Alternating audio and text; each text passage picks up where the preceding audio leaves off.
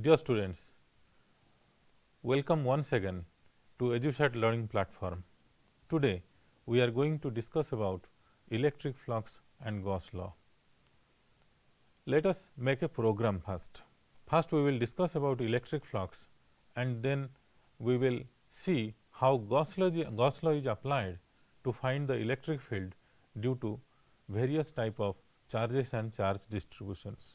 To discuss about the electric flux, we should know the geometrical representation of electric field.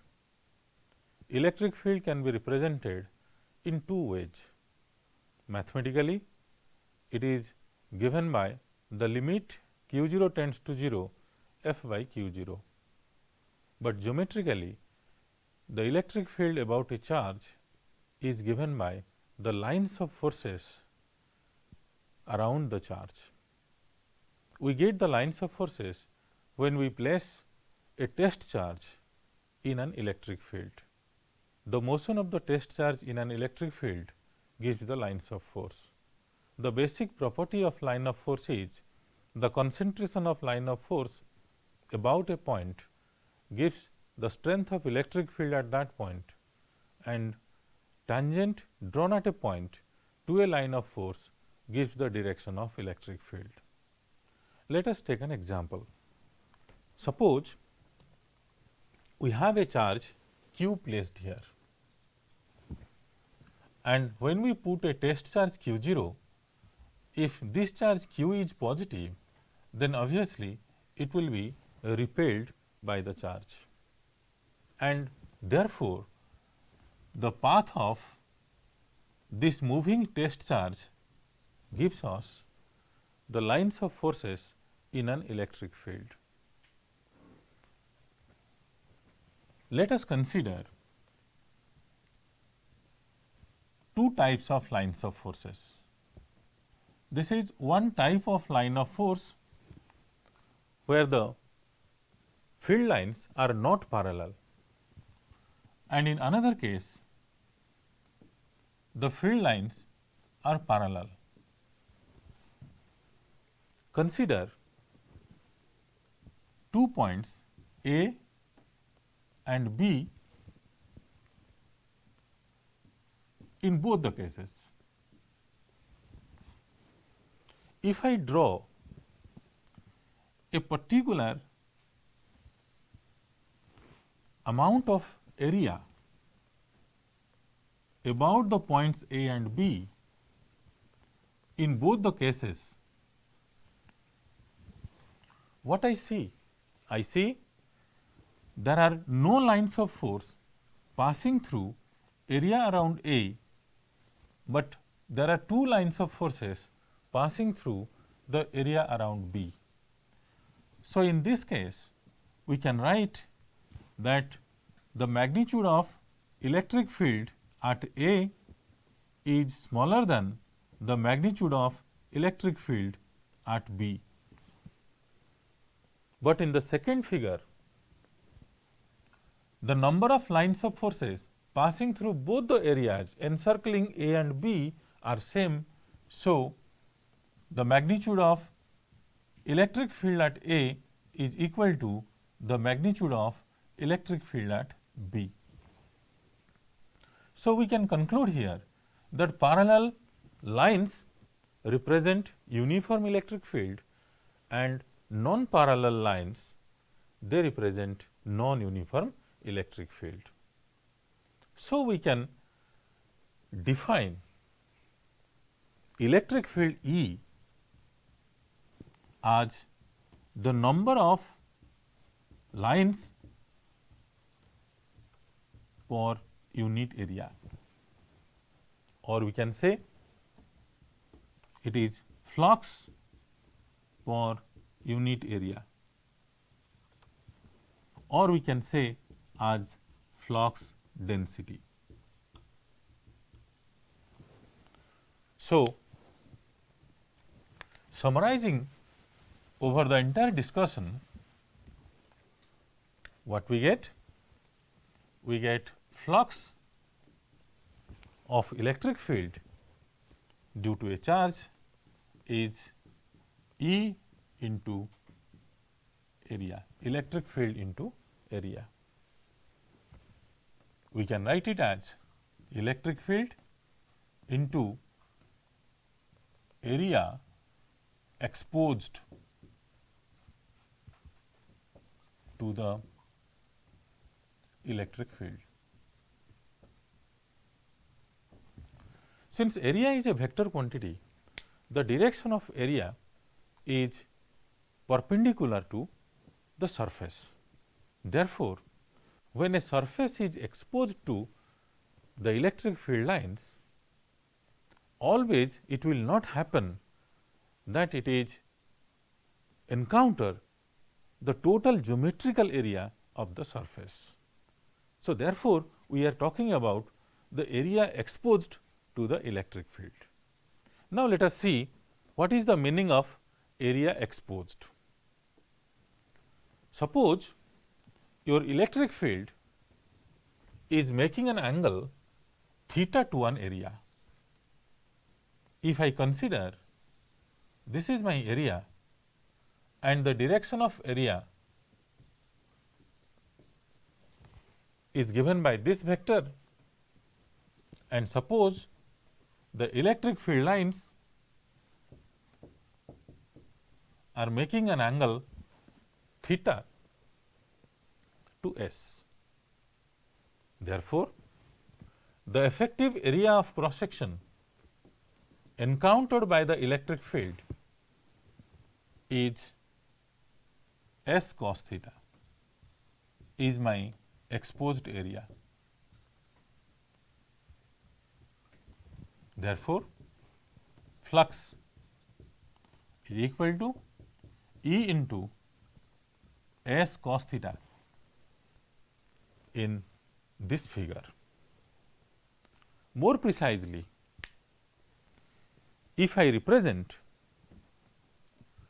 area as delta S, so I can write my flux delta phi equal to E into delta S cos theta. For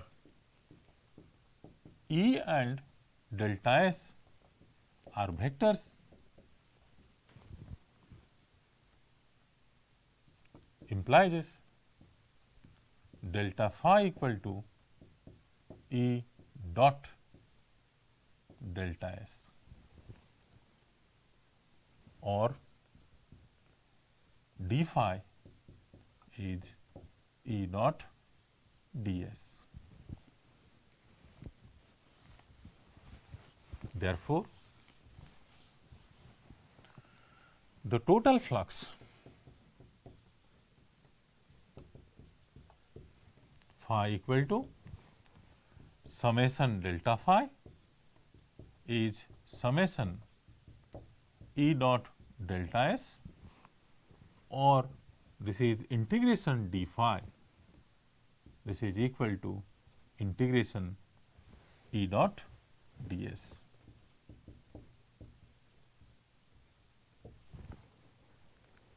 The unit of flux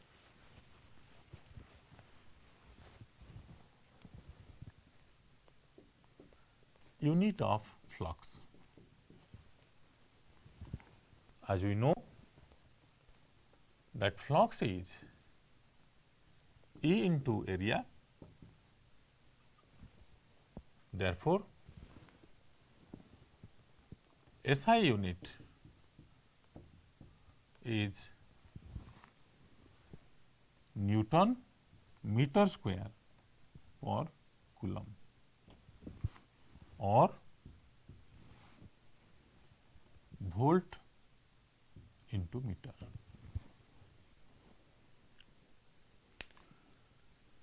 So, this is about your flux. In this way, we can calculate the flux linked with a surface. Then another thing associated with the calculation of flux is the solid angle. The solid angle is a three-dimensional angle that is formed at the center due to a surface. If I start with a plane angle, let us consider an arc length L making an angle theta with a radius r. We normally write theta equal to L by r. This is my plane angle, and where the maximum value of theta is 2 pi. This 2 pi is calculated by 2 pi r by r, it is 2 pi. Similarly, in 3 dimension, suppose we have a surface delta S. Now, this delta S is making a 3-dimensional angle delta omega at its center, where delta omega is given by delta S divided by r square. So, the maximum value of delta omega is your 4 pi r square divided by r square, that will give you 4 pi.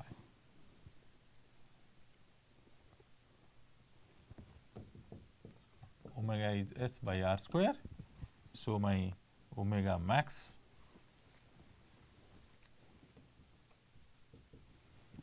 so the solid angle about a point is equal to 4 pi. If the surface is actually making an angle alpha with the radius vector, if the surface is making an angle alpha with the radius r, then in this case my delta omega will be delta S cos alpha divided by r square. So, in this way we can calculate the amount of solid angle which is formed at the center due to a surface when it is exposed to an electric field. So, let us calculate fluxes developed linked with surfaces in some situations. Suppose we consider a charge q placed at the center of a sphere of radius r. Let us calculate what is the amount of flux linked with this sphere.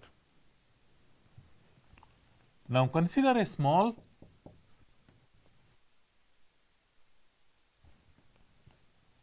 the direction of area and electric field both are in same direction. So, flux phi is integration E dot ds over the closed surface. Since E and ds are in same direction, so it is integration E ds. So, E is q divided by 4 pi epsilon 0 r square integration ds. When we integrate this surface ds over the surface of a sphere of radius r, we get q divided by 4 pi epsilon naught r square, integration ds is 4 pi r square. So, we will get it is q divided by epsilon 0. So, through the entire spherical surface, the amount of flux passing is q divided by epsilon 0. Similarly, let us take another example.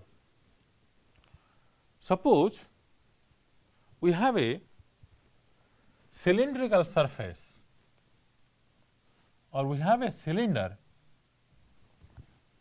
placed in an uniform electric field. Uniform electric field is represented by parallel lines. This is my uniform electric field E.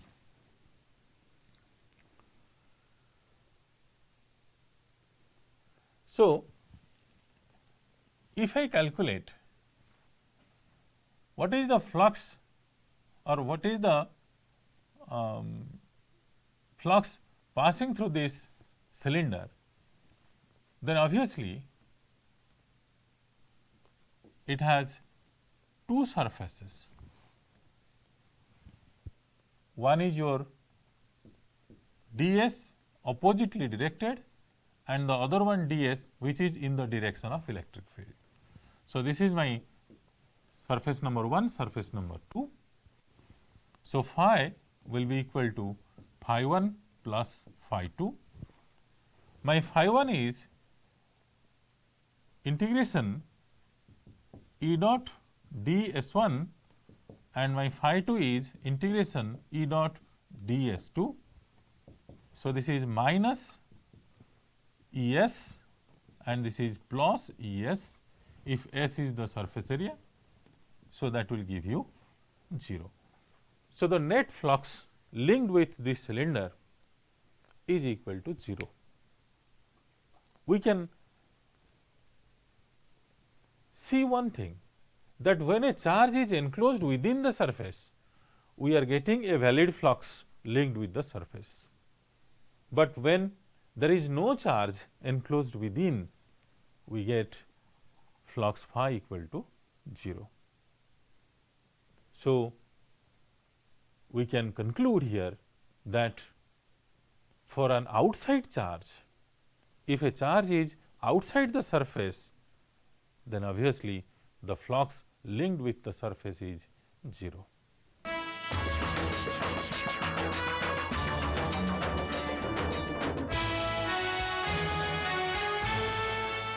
So far we have discussed about how to calculate the electric flux due to a charge. We may take some more examples. Suppose we have a cone of base radius r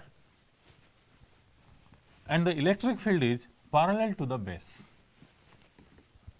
If the cone has a height h, suppose like this is a cone of base radius r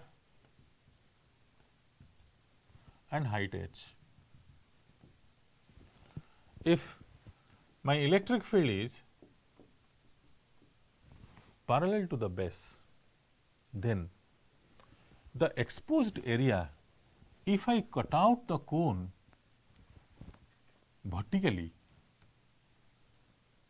this will be the nature of my exposed area. It is roughly in the form of a triangle having base equal to 2r and height equal to h, and this is my electric field. So, phi will be equal to E into area is half of base into altitude. So, this will be E h r. This is the flux associated with a cone of radius r and height h, where the electric field is parallel to the base. Uniform electric field is parallel to the base. This is the amount of flux entering the cone. The same amount of flux is going out of the cone. So, if we calculate the total flux linked with this cone, it will be 0, because the charge is somewhere here or somewhere at any other place beyond the cone, outside point. So, the net flux will be 0, but the flux entering the cone is E h r. Similarly, let us take another example. Suppose we have a square sheet of dimension L cross L and a charge q is present at a distance L by 2 from the center of the square. Calculate the amount of flux linked with this side. Now, if I imagine a cube formed by 6 such squares on its 6 sides, the total flux generated by this charge is q divided by epsilon naught in the entire solid angle 4 pi. Therefore, the flux through the square will be how much? It is q divided by 6 epsilon 0, because through the 6 sides the entire flux is going out. So, through one side the flux going out will be q divided by 6 epsilon 0. Now, we can find also, suppose a charge q is present at one of the corner of a cube, then obviously the solid angle delta omega at this corner is pi by 2, and therefore, total flux through this cube is, it is q by epsilon 0 divided by the total solid angle 4 pi into the solid angle subtended at the charge q, and this is equal to pi by 2. So, you will get this is q divided by 8 epsilon naught. Physically also we can visualize the situation that if I set 8 such cubes, the charge q will be entirely be inside the system, giving us the total flux q by epsilon 0. So, through each cube we will get a flux of q divided by 8 epsilon 0. Similarly, if the charge q is suppose placed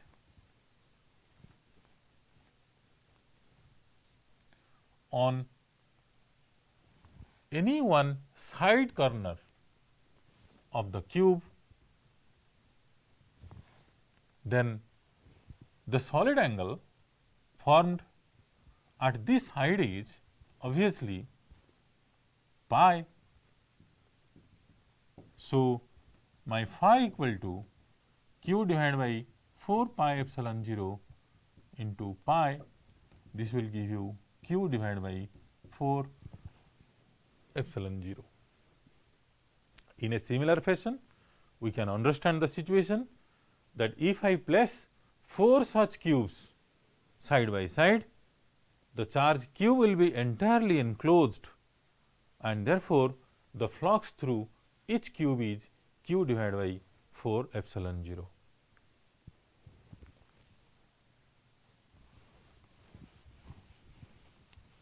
Now, consider another example. Suppose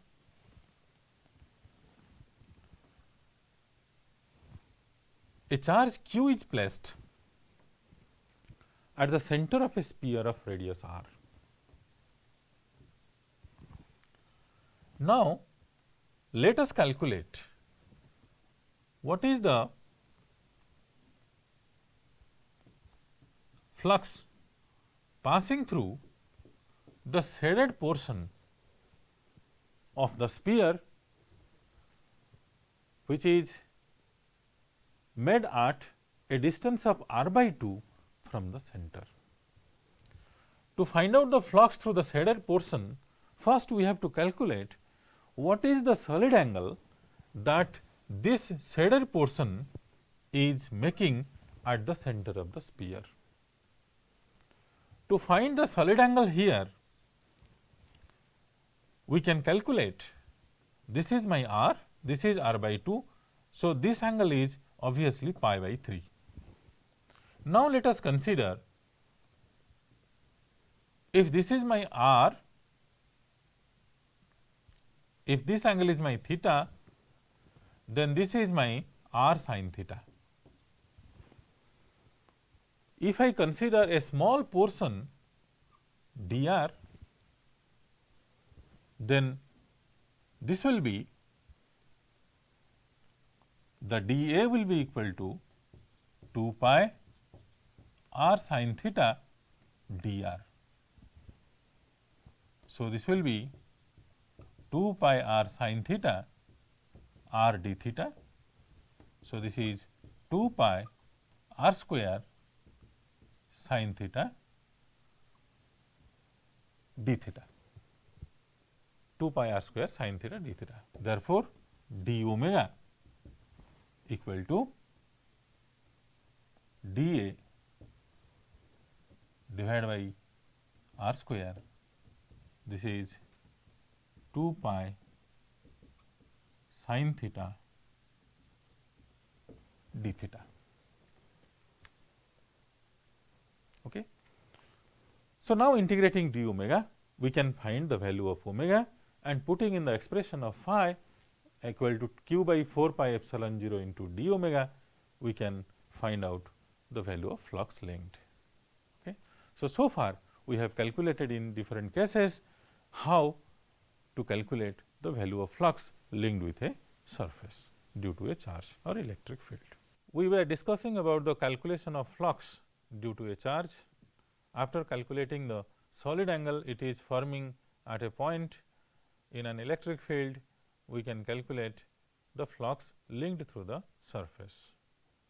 Now, let us find the flux linked in a small surface, partial surface of a sphere when a charge q is placed at its center. Suppose the surface is the upper half starting from radius r by 2 to r.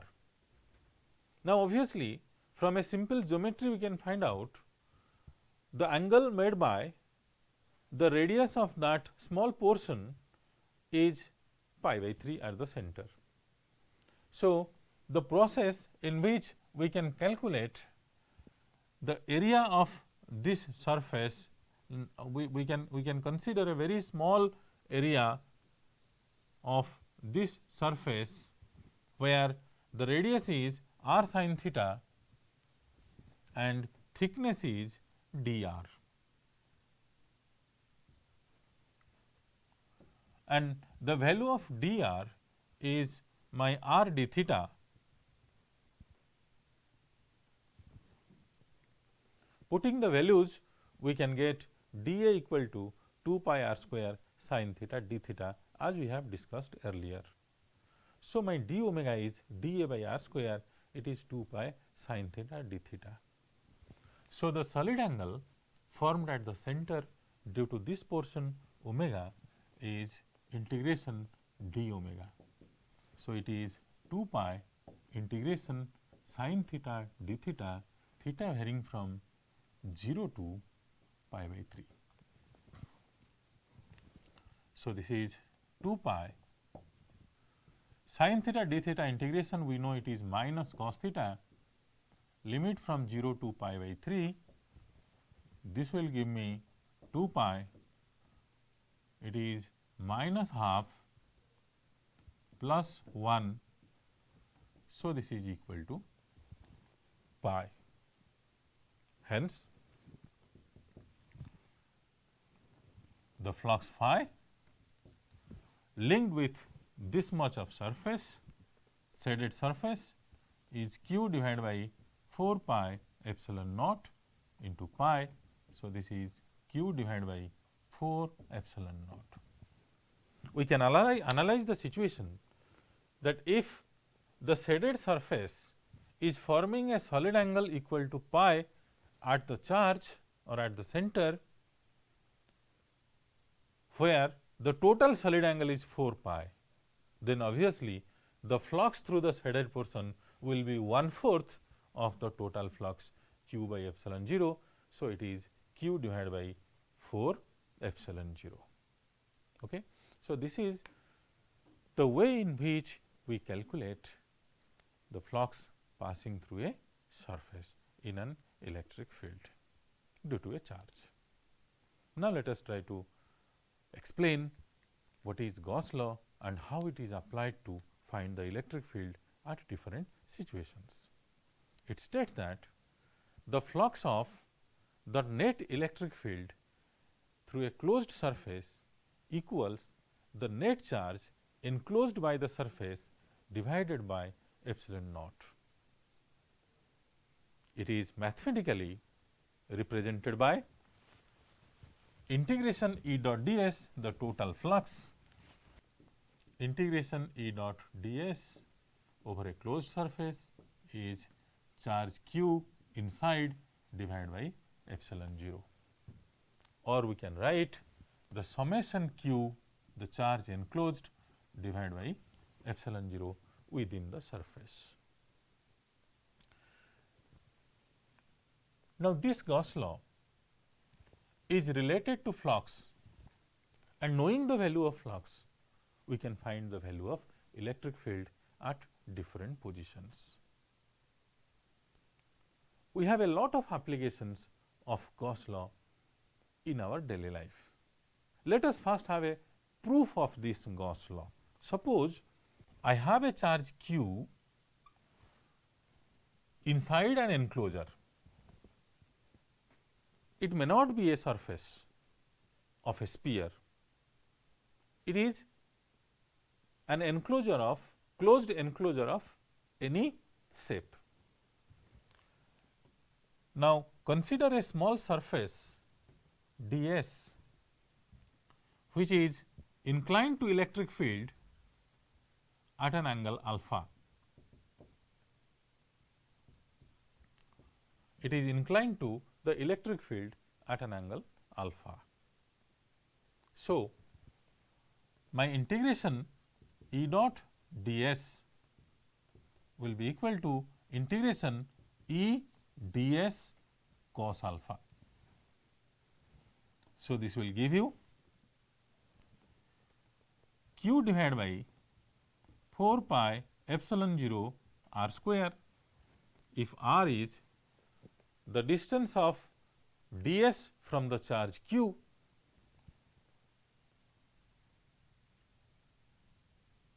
into ds cos alpha integration.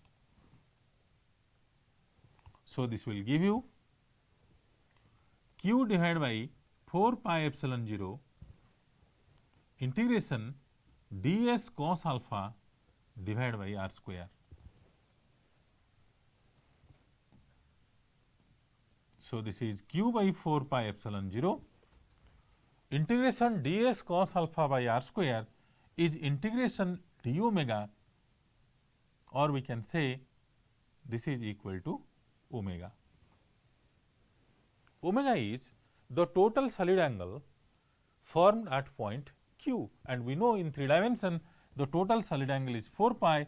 So, it is q divided by 4 pi epsilon naught into 4 pi. So, this is q divided by epsilon 0. So, this is the proof of Gauss law. So, what we see, the total flux coming out of a closed surface of any shape enclosing a charge q is the charge enclosed within the surface divided by epsilon 0. Now, let us come to the various applications of Gauss law. In the first case, we will see that if charge is not present inside the surface, obviously the electric field inside is 0 and the flux is also 0. Suppose we have a line charge, a line of length L, or we can say a wire of length L having a charge q on it, and we are going to find out the value of electric field at a point P at a distance r from the linear charge. We define the linear charge density lambda as the charge per unit length q by L. Let us consider a Gaussian cylinder of same length L and radius equal to the distance of the point P from the axis. Considering a small surface, we see E and ds are in same direction. So, integration E dot ds is integration E ds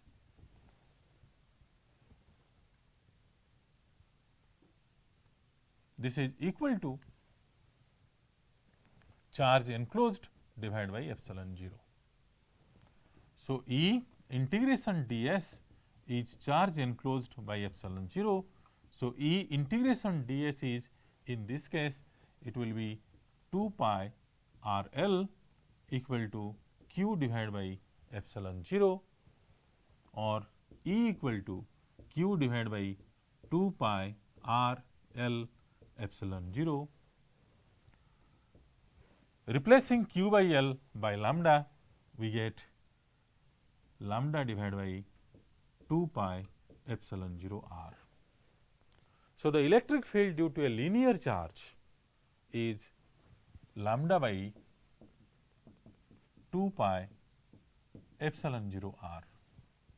This implies due to a linear charge E is proportional to 1 by r, or it varies with r to the power minus 1. So, if we compare this electric field with that of a point charge, for a point charge electric field is proportional to r to the power minus 2. For a linear charge electric field is proportional to r to the power minus 1. And if I draw the graph of electric field versus distance r, we get it is a rectangular hyperbola.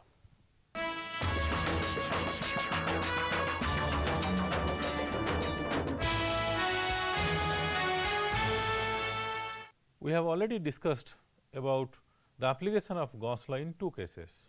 In the first case, we see if there is no charge enclosed within a surface, the flux linked is 0, and obviously the electric field inside is 0. But in case of a line charge, we have seen that the electric field is proportional to 1 by r. Let us see how the electric field is varying in case of a surface charge. Let us calculate the electric field due to a surface charge or a plane sheet of charge by using Gauss law. Using Gauss law, for a surface charge or plane sheet of charge, we have to consider a Gaussian pillbox.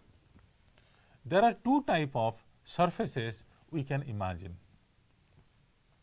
One is a thin surface, and we can also imagine a thick surface.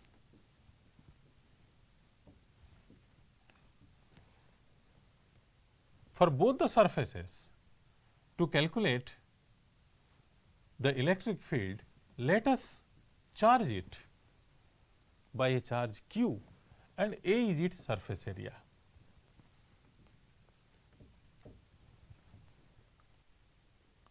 Just like a pillbox, now consider a Gaussian pillbox having a very small surface area ds on either side.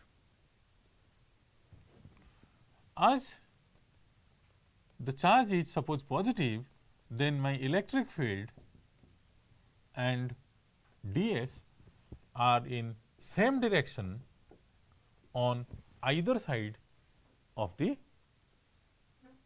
sheet, charged sheet. Therefore, E dot ds integration will become q by epsilon 0 gives us E integration ds q divided by epsilon 0 implies E integration ds. If I integrate ds, it will generate two surfaces simultaneously on either side of the plane sheet. So, the total area will be 2 times A is equal to q divided by epsilon 0. So, I get E equal to q divided by 2 A epsilon 0, or we can write it is sigma by 2 epsilon 0. Now, defining the surface charge density sigma as the charge per unit area of the surface. Similarly, if I consider a thick plate, one side of the Gaussian surface will be out of the surface and the other side will be inside the surface. And when I integrate E dot ds, it will again give me q divided by epsilon 0, where E integration ds is q by epsilon 0, where E integration ds is A in this case, because the other ds integration A will be inside the surface. So, it will not be considered. So, it is q divided by epsilon 0, and we get E equal to q divided by A epsilon 0. This is sigma by epsilon 0. So, for a thick plate, thick sheet of charge, we get electric field is sigma by epsilon 0. For a thin sheet of charge, we get electric field is sigma by 2 epsilon 0. And the beauty of this thing is, it is independent of the distance of observation or the point of observation. Therefore, for a plane sheet of charge or for this type of surface charge, electric field E is uniform. It is independent of R. So, it is proportional to R to the power 0. It gives us constant electric field, and hence we get uniform electric field throughout due to a plane sheet of charge. Let us apply Gauss law to find electric field due to a volume charge distribution or a spherical charge. Consider a thin spherical shell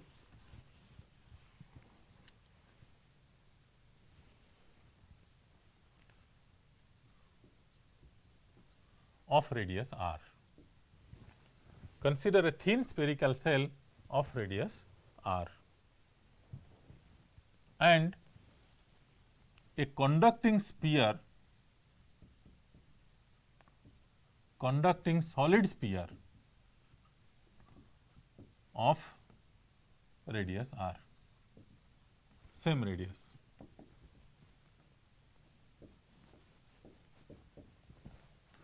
If a charge q is given to the sphere and to the shell, if a charge q is given to the sphere and to the shell, both the charges will lie on the surface, because since the sphere is conducting due to mutual repulsion, the charges will lie on the surface. Just like for a shell, since nothing is inside, no matter is inside, the charges will always remain on the surface. So, both the cases are very similar cases. If I consider a point P,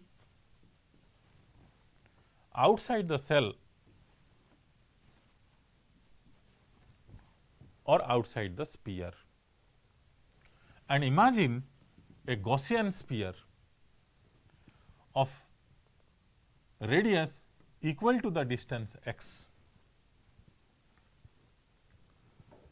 What I get? I get integration E dot ds equal to the entire charge q enclosed divided by epsilon 0. So, E integration ds will be 4 pi x square equal to q by epsilon naught, and I get E equal to q divided by 4 pi epsilon 0 x square. Similarly, in case of a solid sphere also, we can find out your electric field will be q divided by 4 pi epsilon 0 x square at an external point. If the point P is lying on the surface, then electric field becomes maximum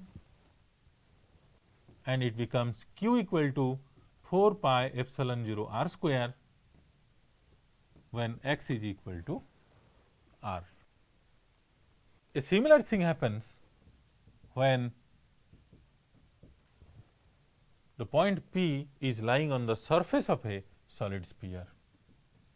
For x equal to r, since r is the minimum value of x, therefore, E becomes the maximum value on the surface.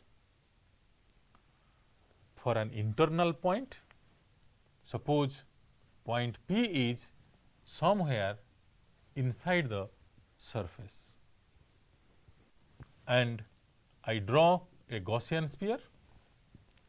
Since there is no charge enclosed within this surface, therefore, for any internal point in both the cases, integration E dot ds is equal to 0 by epsilon 0, it is equal to 0.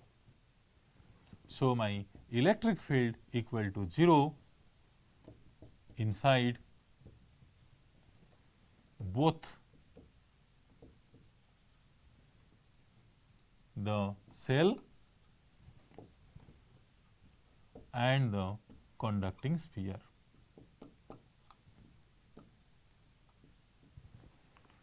Now, drawing the variation of electric field with distance, we get it is maximum when x is equal to r and it varies like 1 by r square. So, electric field varies r to the power as r to the power minus 2 for an external point due to a spherical cell or due to a conducting sphere, as if the spherical cell and conducting sphere are behaving like point charges, or the charge q is placed at the center of the cell and also at the center of the conducting sphere. But the things will be different if the sphere is non-conducting. If we consider a non-conducting sphere, then of radius r, then the charges will be uniformly distributed over the entire volume. For a point P at a distance x inside the non-conducting sphere, we get the charge enclosed within the Gaussian surface of radius x is charge divided by 4 by 3 pi r q into 4 by 3 pi x q. So, this is q x q divided by r q. Therefore, E dot ds integration equal to q dash divided by epsilon 0. So, E integration ds is q x q divided by r q epsilon 0. So, E into 4 pi x square equal to q x q divided by r q epsilon 0. This implies E equal to q divided by 4 pi epsilon 0 r q into x. This is very important. What we see, with increase in x, because everything is constant, q divided by 4 pi epsilon 0 r q. With increase in x, the value of electric field increases. So, therefore, for an internal point, E is proportional to x. Similarly, like the spherical shell and solid sphere, if I consider the point P on the surface and then at a point outside the sphere,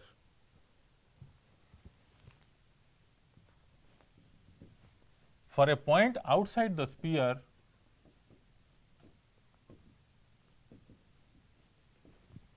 E dot ds integration is the entire charge enclosed divided by epsilon 0. So, E integration ds is 4 pi x square is q divided by epsilon 0.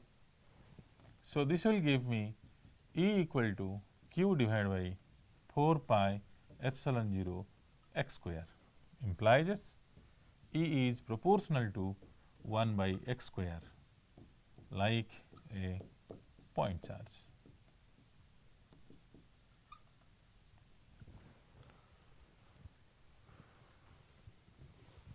On the surface,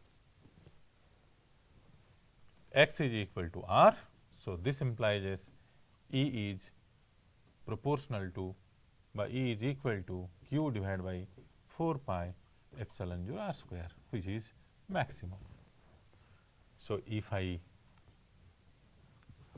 plot the graph between electric field and distance x for a non-conducting sphere, it will vary linearly with x up to x equal to r, and then it falls off like 1 by x square. So, this is the variation of electric field with distance due to a non-conducting sphere, charged sphere. Okay. So, today we have discussed a lot of things. First, we have started with electric flux, how to calculate the electric flux. Then we have calculated the solid angle, how to calculate the solid angle, and then we apply Gauss law to find electric field due to different type of charge distributions, linear charge, surface charge and spherical charge distributions. Thank you.